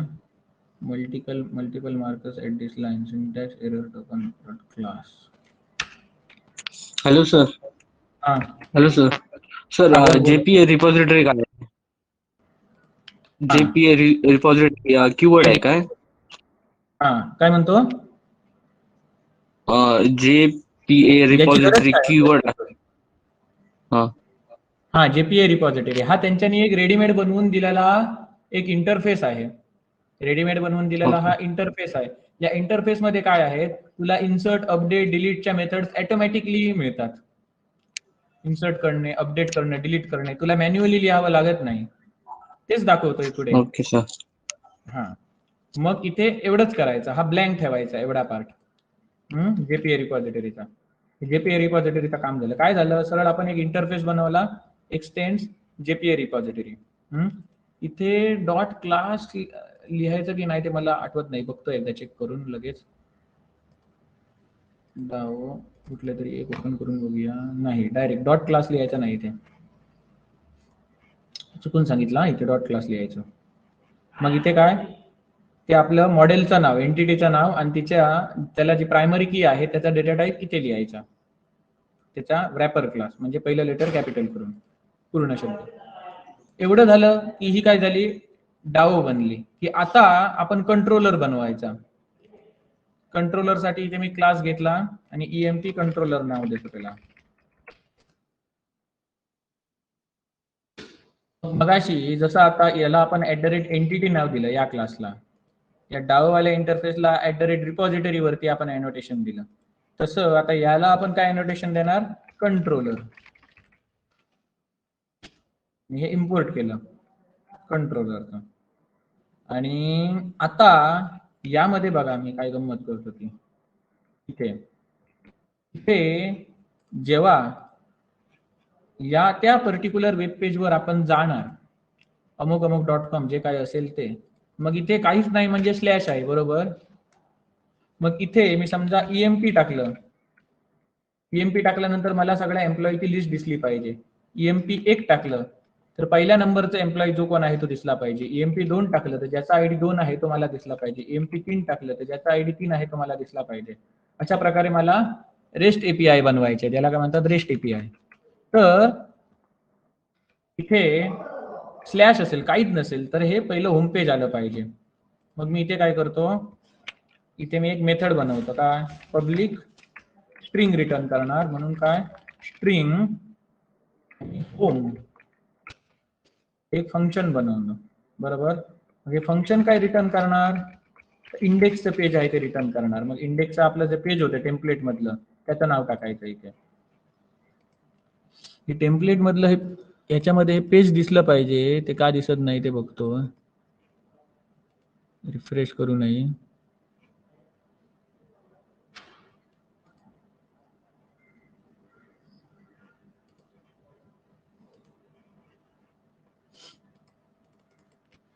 इन्सर्ट केल्यानंतर याच्यामध्ये ते दिसलं पाहिजे पेज. याच्यामध्ये एक HTML ची फाईल ऍड करून बघूया, होम नावाची. वेब ऍप मध्ये जाते, हा इथे टेम्पलेट मध्ये गेलं पाहिजे ते. तरी बघूया आधी रन होतंय का. तर यामध्ये मी काय करणार, यामध्ये एक लिहायचं तो म्हणजे काय मॉडेल, हा इम्पोर्ट करतो. आता हा मॉडेल म्हणजे काय, जर तुम्हाला त्या HTML पेज वरून एखादं काहीतरी पॅरामीटर घ्यायचे असतील, तर जसं तुम्ही रिक्वेस्ट घेता ना, request dot gate parameter JSP मध्ये करायचा, सर्वलेट मध्ये करायचा, तसं आपल्याला मॉडेल वरून काय करता येतं, इकडून पॅरामीटर जे घेतलेले असतात आपण रिक्वेस्ट कडून घेतो ते, आणि त्या पेजला काहीतरी तुम्हाला प्रिंट करायचं आहे या कोड मधून पाठवून एखादा ऑब्जेक्ट, तर तुम्हाला हे मॉडेल उपयोगी पडतं. हे काय करतं, त्या पेज वरती डायनामिकली व्हॅल्यू पास करण्यासाठी वापरलं जातं. कसं ते तुम्हाला दाखवतो. इथे मी आधी काय करणार, इथे @ मला काय पाहिजे गेट मॅपिंग. गेट मॅपिंग कधी आपण वापरणार, सिलेक्ट आपल्याला करायचं असेल, सिलेक्ट ऑपरेशन करायचं असेल, म्हणजे सिलेक्ट स्टार फ्रॉम टेबल असेल किंवा select star from table where something is equal to something असेल, त्यासाठी आपण गेट मॅपिंग वापरणार. डिलीट साठी सुद्धा आपण गेट मॅपिंग वापरणार फक्त, आणि अपडेट साठी सुद्धा आपण गेट मॅपिंग वापरणार फक्त. इन्सर्ट साठी आपण पोस्ट वापरणार, ऍड करण्यासाठी नवीन रेकॉर्ड ऍड करण्यासाठी आपण पोस्ट मॅपिंग वापरणार, बाकीच्यांसाठी गेट मॅपिंग वापरणार. गेट मॅपिंग इथे अनोटेशन लावलं आणि इथे काय करतो स्लॅश. स्लॅश म्हणजे काय, जी तुमची वेबसाईट आहे localhost:8080, मग तुमच्या वेबसाईटचा तुम्ही डोमेन बाय केला तर तो इथे दिसणार www.something.com something.in जो काय असेल तो, आणि त्याच्या पुढे स्लॅश. त्याच्या पुढे जर स्लॅश लावलं तर काय कर, हे इंडेक्स पेज आहे ते रिटर्न कर, असा याचा अर्थ. इथे समजा आता मॉडेलचा आधी दाखवत नाही, आधी एवढंच दाखवतो. हा प्रोग्राम मी रन करतो. मी इथून रन केला, पण तुम्ही ऑब्झर्व केलं असेल की मी जेव्हा जेव्हा इथे सेव्ह बटन दाबतो त्या वेळेला इथे खाली ऑटोमॅटिक हे तुम्हाला लाईन्स रन होताना दिसतात. म्हणजेच काय, त्या वेळेला तो पुन्हा पुन्हा तो रन करतो, पुन्हा पुन्हा रन करतो. म्हणजेच याला कशामुळे होतं, तर आपण जी डिपेंडन्सी ऍड केली होती डेव्हलपर्स टूल्समुळे, त्याच्यामुळे. मग मी आता इथे काय करतो, इथे स्लॅश टाकतो. काहीतरी एरर आला, बघूया. Template might not exist.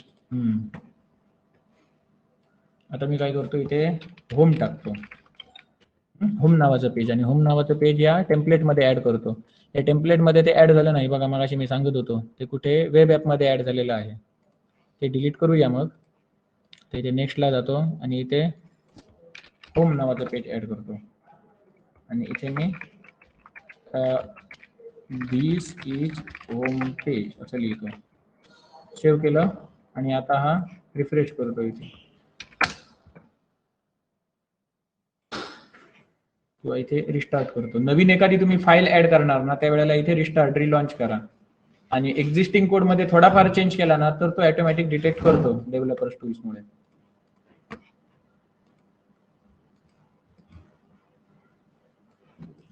Template might not exist or might not be accessible by any of configure template server.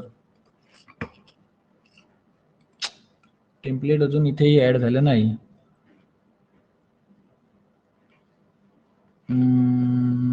कशामध्ये ऍड झाले तर ते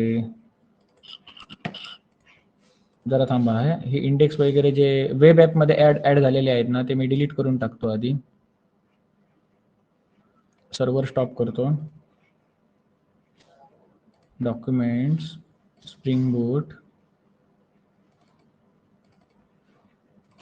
src, मेन, वेब ॲप ही दोन्ही पेज बघा इथे ऍड झाली, इथे ऍड होता नाही, ती टेम्पलेटमध्ये ऍड झाली पाहिजेत. इथे ऍड झाली म्हणजे आणि कुठे झाली असणार, जेव्हा आपण रन करतो ना तेव्हा या टार्गेट फोल्डरमध्ये सुद्धा तो ऍड करतो.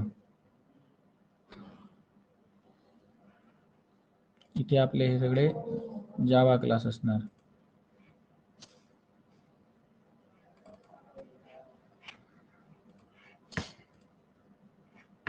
आता आपण ते पेज ऍड करूया, हे इंडेक्स वगैरे घालून टाकूया. टेम्पलेट्स वरती राईट क्लिक करून new other HTML file next आणि कुठे ऍड करणार इथे रिसोर्स मधल्या टेम्पलेट मध्ये. हे मगाशी मी कदाचित सिलेक्ट करायला विसरलो असणार. मी याला नाव देतो काय, इंडेक्स द्या किंवा होम द्या, जे काही पाहिजे ते द्या. दिस इज होम पेज आणि रिलॉन्च केला सर्व्हर. हे जोपर्यंत थांबत नाही असं व्यवस्थित तोपर्यंत आपण तिकडे वेब पेजच्या कडेला जायचं नाही, उगाच नाही तर हँग होणार. मी रिफ्रेश केलं, हे बघा आलं, this is home page. Home page आलं की आता इथे समजा मला काय करायचं आहे, इथे एक लिंक द्यायची आहे ज्यामध्ये काय होणार, एखादा नवीन एम्प्लॉई ऍड होणार, बरोबर. मग मी इथे एक लिंक देऊ शकतो अँकर टॅग वापरून. इज इक्वल टू काय /ऍड. हा URL जर फायर झाल्यानंतर काय व्हायला पाहिजे, नवीन एम्प्लॉई ऍड करण्याचे पेज ओपन झालं पाहिजे. मग इथे मी काय करतो, ऍड न्यू एम्प्लॉई बटन घेतो. मग जर मी आता इथे रिफ्रेश केलं तर ऍड न्यू एम्प्लॉई हे काय झालेलं असणार, ही एक लिंक आलेली आहे अँकर टॅग. पण यावरती क्लिक करतो त्यावरती बघा /ऍड येतं. मग जेव्हा /ऍड जेव्हा वरती येणार तेव्हा काय व्हायला पाहिजे ते आपण इथे कंट्रोलर मध्ये लिहिणार. काय गेट मॅपिंग इथे /ऍड जेव्हा हा URL फायर केला जाणार, आता मेथड नाव सेम आहे ना, मग काहीतरी बदला ना इथे काही द्या. तेव्हा कोणत्या पेज वरती गेलं पाहिजे, तर ऍड EMP पेज वरती गेलं पाहिजे. मग इथे आपण टेम्पलेट मध्ये ऍड EMP नावाचं एक पेज बनवूया, होम बनवलं आहे तसं. एक्झाम्पल आता लक्षपूर्वक ऍड करूया टेम्पलेट मध्येच. कुठे रे गेलं ते, अदर HTML वेब ॲप नाही, कुठे टेम्पलेट मध्ये. आणि इथे नाव काय देणार, ऍड EMP. किंवा तुम्ही याला नाव काय देऊ शकता, रजिस्ट्रेशनचं पेज, रजिस्टर एम्प्लॉई. मग या कंट्रोलर कुठे गेला तो, हा मग इथे हे register.html फाईल ओपन झाली पाहिजे. इथे .html यायची गरज नाही. इथे मी काय लिहितो, H1 this is registration page. आता मी पेज रिफ्रेश करतो आणि ऍड न्यू एम्प्लॉई वरती क्लिक करतो. मग बघा दिस इज रजिस्ट्रेशन पेजला आला, बरोबर. ऍड हा URL फायर झाला याच्यावरती क्लिक केल्यानंतर आणि या पेजला आला तो, बरोबर. एवढं समजलं का सर्वांना? मग इथे टेक्स्ट बॉक्स घेऊन सबमिट बटन वर क्लिक केल्यानंतर डेटाबेस मध्ये एंट्री होते. ते आजच करून दाखवू की नेक्स्ट लेक्चरला करून दाखवू, सांगा बघूया. 1 तास झाला आता. आताच दाखवू की नेक्स्ट लेक्चरला दाखवू? ते टेक्स्ट बॉक्स घेऊन नवीन एंट्री करून ऍड होते ते.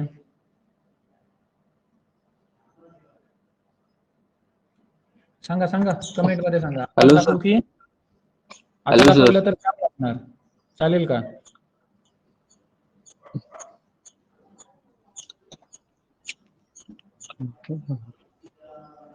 कमेंट मध्ये टाईप करा. इथला स्पीकर आहे तो जरा लो क्वालिटीचा आहे, ऐकायला येत नाही नीट. चॅट बॉक्स मध्ये टाईप करा. आताच दाखवू की नेक्स्ट लेक्चरला दाखवू? हॅलो, हा अखिल सांगतोय नेक्स्ट लेक्चरला. शिवराम सांगतोय आताच सांगा. बघूया, होईल 15 मिनिटांमध्ये, दाखवतो तुम्हाला. 3च तर आपल्याकडे फील्ड आहेत, लय काय मोठं नाहीये. आता हे रजिस्ट्रेशनचं पेज आहे, याच्यामध्ये काय येणार, सरळ सरळ टेक्स्ट बॉक्स येणार, आयडी साठी, नेम साठी, आयडी नेम डेजिग्नेशन आणि सॅलरी. मग इथे आपण काय करणार, input type is equal to text. ID साठी घेतो, या आयडी साठी याला आपण नेम देऊया, name is equal to ID. ID साठी हा आहे. दुसरा आहे तो नेम साठी, तिसरा आहे तो डेजिग्नेशन साठी. मग इथे तुम्ही ड्रॉप डाऊन सुद्धा ठेवू शकता. आणि हा आहे तो सॅलरी साठी. मग इथे तुम्ही input type is equal to नंबरही ठेवू शकता. मग 1 2 3 4 नंबरच ऍक्सेप्ट करणार. जर एम्प्टी व्हॅल्यू जर तिथे द्यायची नसेल सबमिट केल्यानंतर, ती व्हॅल्यू एंटर केलीच पाहिजे असं जर तुम्हाला दाखवायचं असेल तर तुम्ही रिक्वायर्ड शब्द लिहू शकता. म्हणजे जर ती टेक्स्ट बॉक्स जर चुकून तो एम्प्टी राहिला तर तो तुम्हाला सजेस्ट करेल की प्लीज फील्ड इज फील्ड, असं ते सांगेल. फील्ड कॅनॉट बी एम्प्टी असा तो सांगेल, रिक्वायर्ड शब्द जर पुढे लिहिला तर. त्यानंतर खाली आपण 2 बटन बनवणार का, input type is equal to reset आणि input type is equal to submit. मग आता सबमिट केल्यानंतर कुठे गेला पाहिजे, बरोबर, रिक्वेस्ट काय गेली पाहिजे ते आपण फॉर्म टॅग मध्ये लिहिणार. म्हणून इथे आपण काय करूया, form action is equal to slash register. Register घ्या किंवा ऍड घ्या किंवा EMP लिहिलं तरी चालेल. ऍड EMP लिहा, ऍड EMP. आणि method is equal to post. आता ऍड करत आहोत ना म्हणून पोस्ट. आणि फॉर्म आणि स्लॅश फॉर्मच्या मध्ये हा सगळा कोड येणार. एवढं करून झालं. म्हणजे काय, हे आपण टाईप करणार यामध्ये. इथे जर आता हे जर पेज तुम्ही रिफ्रेश करून बघितला, तुम्हाला हे दिसणार आयडी नेम, कळलं. आणि डायरेक्ट जर तुम्ही सबमिट करायला गेला तर तो सांगणार की please fill out this field. हे कधी सांगतो, जर तुम्ही रिक्वायर्ड शब्द लिहिला असेल तर, नाहीतर तो दाखवणार नाही. मग यामध्ये तुम्हाला आता हे ब्लँक दिसत आहेत ना, हे टेक्स्ट बॉक्स सगळे, यामध्ये तुम्हाला हिंट दाखवायची असेल, प्लीज एंटर आयडी नेम वगैरे, तर तुम्ही इथे दाखवू शकता. कसं, तर प्लेस होल्डर वापरून, प्लेस होल्डर ऍट्रिब्यूट वापरून एंटर आयडी,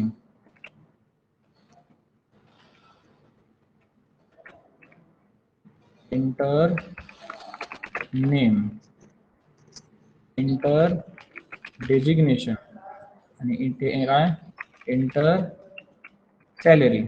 आता जर हे पेज रिफ्रेश करून बघितलं, कळलं. मग यामध्ये मी टाईप केला नेम, इथे काय अखिल टाईप केलं, त्यानंतर इथे डेजिग्नेशन टाईप केलं त्याचं, इथे सॅलरी टाईप केली.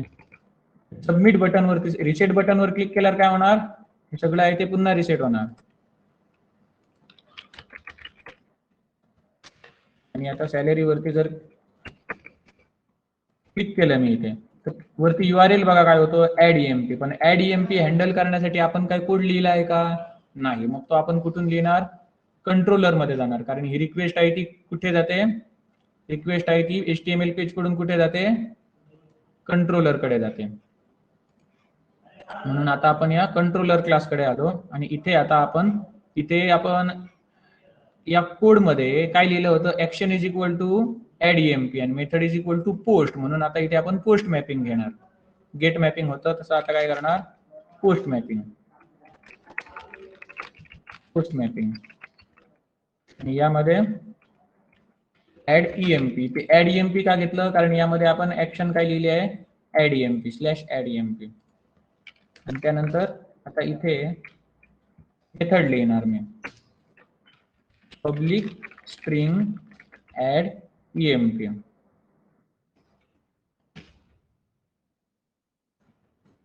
पोस्ट मॅपिंग आहे ते आपल्याला इम्पोर्ट करावं लागेल वरून. रिटर्न कुठलं पेज ऍड सक्सेसफुली झालं, ऍड झाल्यानंतर कुठल्या पेज वरती गेला पाहिजे तो, तर पुन्हा होम पेज वरती गेला पाहिजे तर इथे तुम्ही होम लिहिणार. रजिस्टर पेज वरती जर गेला पाहिजे तर इथे रजिस्टर लिहायचं.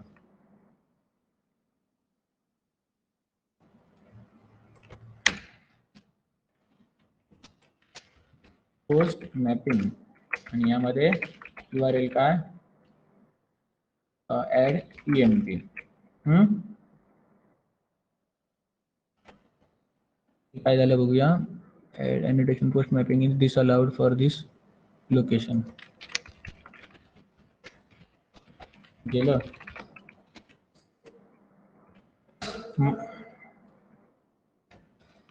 एवढं झालं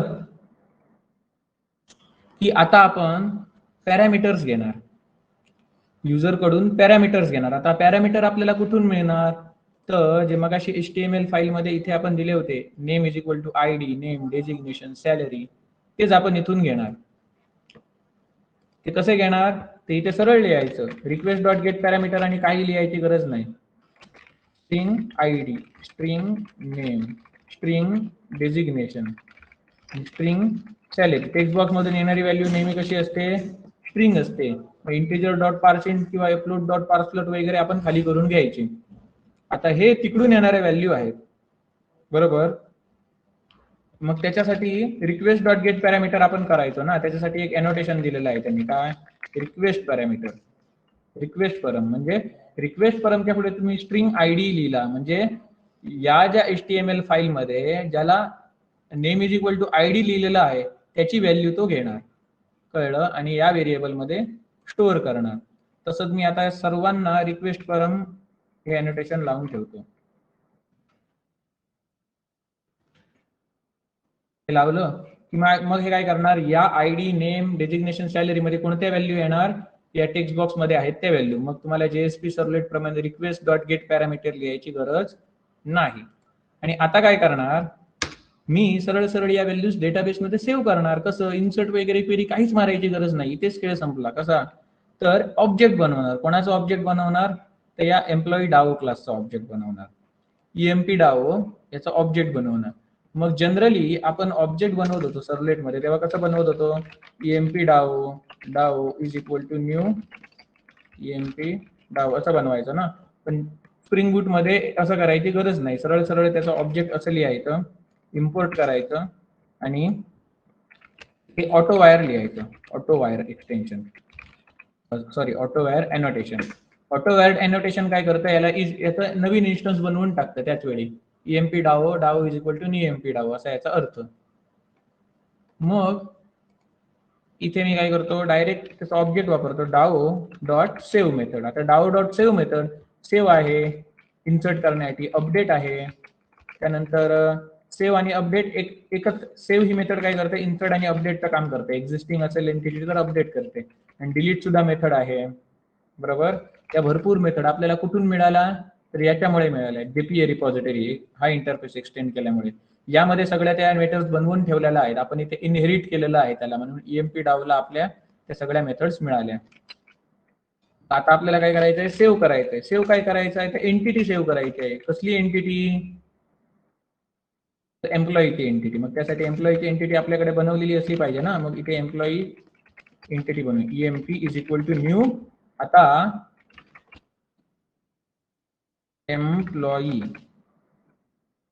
आता एम्प्लॉईचे आपल्याकडे दोन कन्स्ट्रक्टर आहेत, एक म्हणजे ID, नेम, एक पॅरामीटराइज कन्स्ट्रक्टर, आणि दुसरा नॉन पॅरामीटराइज कन्स्ट्रक्टर. तर आता आपण पॅरामीटराइज कन्स्ट्रक्टर वापरूया, म्हणजे कमीत कमी कोड मध्ये आपलं काम घेईल. इथे मी पहिला ID, काय, टेक्स्ट बॉक्स मधून आलेला ID, त्यानंतर नेम, कुठून, वरून आलेलं नेम, टेक्स्ट बॉक्स मधून आलेलं नेम, डेजिग्नेशन, टेक्स्ट बॉक्स मधून आलेलं नेम, आणि इथे काही सॅलरी, सॅलरी कुठून, टेक्स्ट बॉक्स मधून आलेली सॅलरी. पण तो काय म्हणणार की त्याला ID आहे तो इंटिजर मध्ये पाहिजे, आणि सॅलरी आहे ती फ्लोट मध्ये पाहिजे. तर इथे आपण करू शकतो ना, इथे काय लिहिणार, इंटिजर डॉट पार्स इंट ID, आणि सेम असंच इथे काय लिहिणार, फ्लोट डॉट पार्स फ्लोट, यामध्ये सॅलरी. गेला एरर, समजला ना. आणि आता हे डाओ डॉट सेव्ह, डाओ म्हणजे हे एम्प्लॉई डाओचं इंटरफेस बनवलं त्याचं ऑब्जेक्ट, डॉट सेव्ह मेथड त्याने ऑटोमॅटिक दिली, EMP फक्त पास केला. आणि आता जर हा प्रोग्राम आपण रन केला तर, आणि इथे डेटाबेस सुद्धा तुम्हाला दाखवण्यासाठी ओपन करून ठेवतो.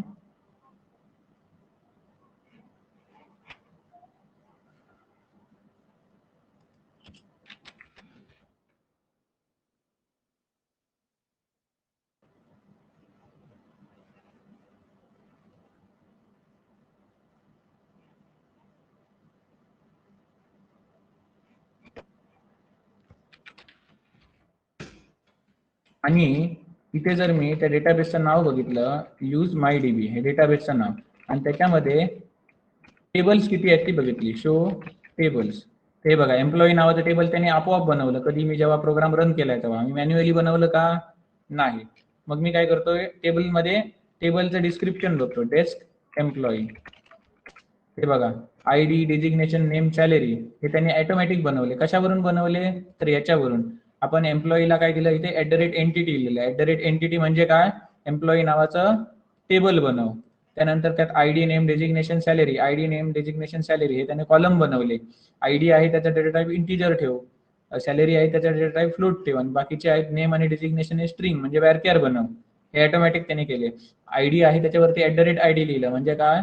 @id नोटेशन म्हणजे काय? प्रायमरी की कर त्याला, म्हणून हा आयडी आहे त्याला त्याने काय लावली इथे, प्रायमरी की लावलेली आहे. कळलं? त्याने ऑटोमॅटिक टेबल बनवलं. पण या टेबलमध्ये सध्या काय आहे का? सिलेक्ट स्टार फ्रॉम एम्प्लॉई नाही आहे. तर आता आपण ते ऍड करणार आहोत. तर मेन पेज वरती जाऊया. पेज वरती आलो, ऍड न्यू एम्प्लॉई या पेज वरती घेणार, तेव्हा रजिस्ट्रेशनचं पेज येणार. मग याच्यामध्ये मी आयडी एंटर करतो, इथे अखिल नाव टाकलं, त्यानंतर त्याचं डेजिग्नेशन इथे मॅनेजर टाकलं, त्याची सॅलरी टाकली आणि सबमिट बटनवर क्लिक केली. मग ते आता होम पेजवर आलं. बरोबर, होम पेजवर का आलं? कारण आपण कोड लिहून ठेवला आहे मग अशी कंट्रोलर मध्ये. हे ऍड केल्यानंतर रिटर्न होम म्हणजे होम पेज वरती जा. हे जे होम नावाचा कोड लिहिला आहे तो. रजिस्टर लिहिलं असतं तर त्याच पेज वरती थांबलं असतं. आता आपण डेटाबेस मध्ये जाऊन चेक करूया. सिलेक्ट स्टार फ्रॉम एम्प्लॉई, हा बघा पहिला ऍड झाला. कळलं? इथे जर मी होम न लिहिता इथे काय लिहिलं, रजिस्टर लिहिलं असतं.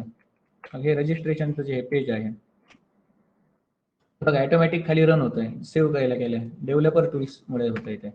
आणि आता मी इथे काय करतोय, दुसरा सेव्ह करतोय. कोण?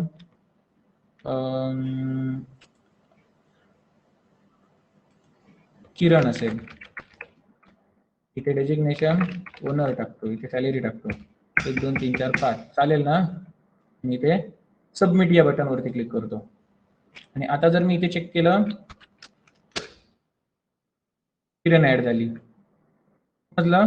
आणि त्याच पेजवर राहिलो का? कारण आपण रिटर्न काय ठेवलं आता, हे ऍडमिनचं पेज. आणि हा ऍडमिन ऍड झाला की सॉरी, आपण रिटर्न काय केलं, हे ऍड एम्प्लॉईचं पेज ठेवलंय, म्हणून आपण याच पेजवर राहिलो. नाही तर मगाशी काय केलं होतं, आपण होम पेजवर जात होतो पुन्हा पुन्हा ऍड केल्यानंतर. हे कशामुळे झालं? तर याच्यामुळे झालं. ऍड एम्प्लॉईचं पेज म्हणजे रजिस्टर एम्प्लॉईचं पेज, त्याच्याकडे येतोय. मग आता यामधला मला एखादा जर अपडेट करायचा आहे, समजा मॅनेजर आहे अखिल आहे, अखिलचं नाव आहे ते चेंज करायचं आहे आणि सॅलरी सुद्धा चेंज करायची आहे. एक अखिल आडनाव इथे घेतो, आत्रेकर, डेजिग्नेशन मॅनेजर, सॅलरी वाढवूया. सबमिट वरती क्लिक केलं आणि आता जर पुन्हा चेक केलं तर अपडेट झालं. म्हणजे आता आम्ही इन्सर्ट क्वेरी, अपडेट क्वेरी लिहिली का, ती त्याने ऑटोमॅटिक करून दिली. ही खरी स्प्रिंग बूटची काय आहे, मॅजिक आहे, कमाल आहे. मग एवढं जबरदस्त ना बाकीच्या कुठल्याच प्रोग्रामिंग लँग्वेज मध्ये फीचर नाही आहे, जे जावा स्प्रिंग बूट मध्ये आहे. आणखी काही काही जबरदस्त फीचर्स यामध्ये आलेले आहेत, म्हणजे तुम्हाला काही स्पेशली कोड करावा लागत नाही. ते आपण नेक्स्ट लेक्चरला बघूया. पण इथे काय, हा ऍड झाला की नाही हे आपल्याला समजण्यासाठी आपण काय वापरणार, तर ते आपण बघूया. आता थोडं 1 मिनिटाचं काम आहे. त्यासाठी आपण काय वापरणार, मॉडेल वापरणार. ते एक पॅरामीटर एक्स्ट्रा घेतो. पहिला काय, मॉडेल, मॉडेल, मी याचा इम्पोर्ट करतो इथून. आता हा मॉडेल आहे, हा काय करतो, यावरून आपण एखादा एम्प्लॉई ऍड झाला की नाही ते दाखवू शकतो. मग इथे model dot set model dot add attribute, attribute add करतो. ऍट्रिब्यूट त्याची की आणि व्हॅल्यू अशी आपण देतो.